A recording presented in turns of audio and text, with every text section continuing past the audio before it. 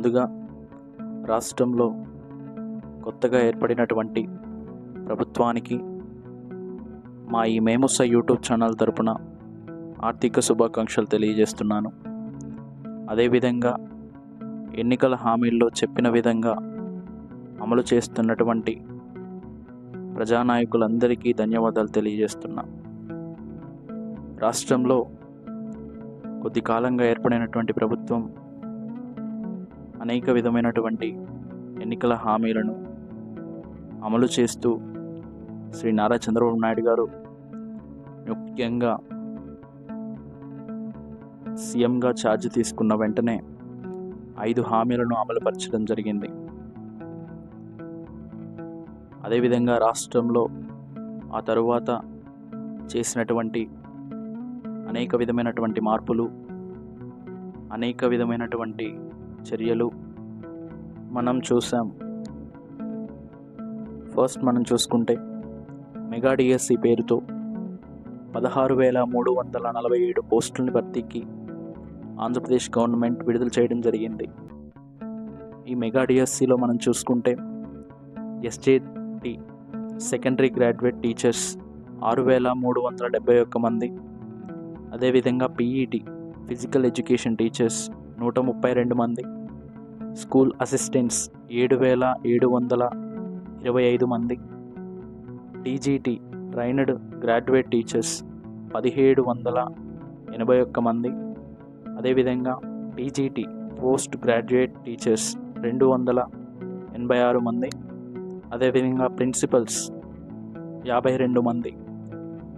ఇవి మెగా డిఎస్సిలో ఆంధ్రప్రదేశ్ గవర్నమెంట్ వదిలినటువంటి పోస్టులు.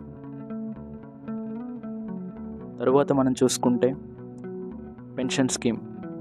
గతంలో వృద్ధాప్య పెన్షన్ 3,000గా ఉన్న పెన్షన్ని 4,000 చేస్తూ, అదేవిధంగా ఫిజికల్ హ్యాండిక్యాప్స్ 3,000 నుండి 6,000 చేస్తూ, కిడ్నీ, లివర్, వీల్ చైర్, తీవ్ర అనారోగ్యంతో బాధపడుతున్న వారికి 10,000 సహాయం చేస్తూ ఈ పెన్షన్ స్కీమ్ అమలు చేయడం జరుగుతుంది.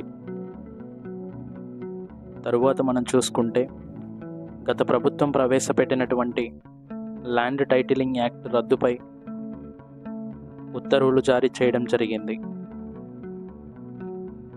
గతంలో 5 రూపాయలకే భోజనం పెడుతున్నటువంటి అన్నా క్యాంటీన్స్ని ఓపెన్ చేసే విధంగా ఉత్తర్వులు జారీ చేయడం జరిగింది. రాష్ట్రంలో ఉన్నటువంటి యువతకి నైపుణ్య అవకాశాలు ఇచ్చేందుకు, నైపుణ్యాలను పెంపొందించుకోవడానికి రాష్ట్రంలో ఉన్నటువంటి స్కిల్ డెవలప్మెంట్ని ముందుకు తీసుకెళ్ళడం జరుగుతుంది. అదేవిధంగా రాష్ట్రంలో 70,000 కోట్లతో BPL Bharat petrol corporation limited వారు పెట్టుబడులు పెట్టే విధంగా చర్యలు తీసుకున్నారు.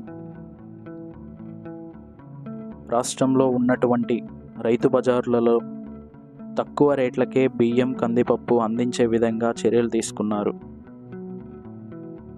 గతంలో ఉన్నటువంటి ఇసుక పాలసీని రద్దు చేసి ఉచిత ఇసుక పాలసీని ప్రవేశపెట్టడం జరిగింది.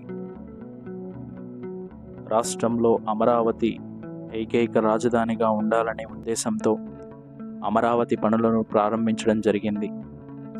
అదేవిధంగా అమరావతి ఔటర్ రింగ్ రోడ్డుకి కేంద్రం నుండి అనుమతులు తీసుకురావడం జరిగింది.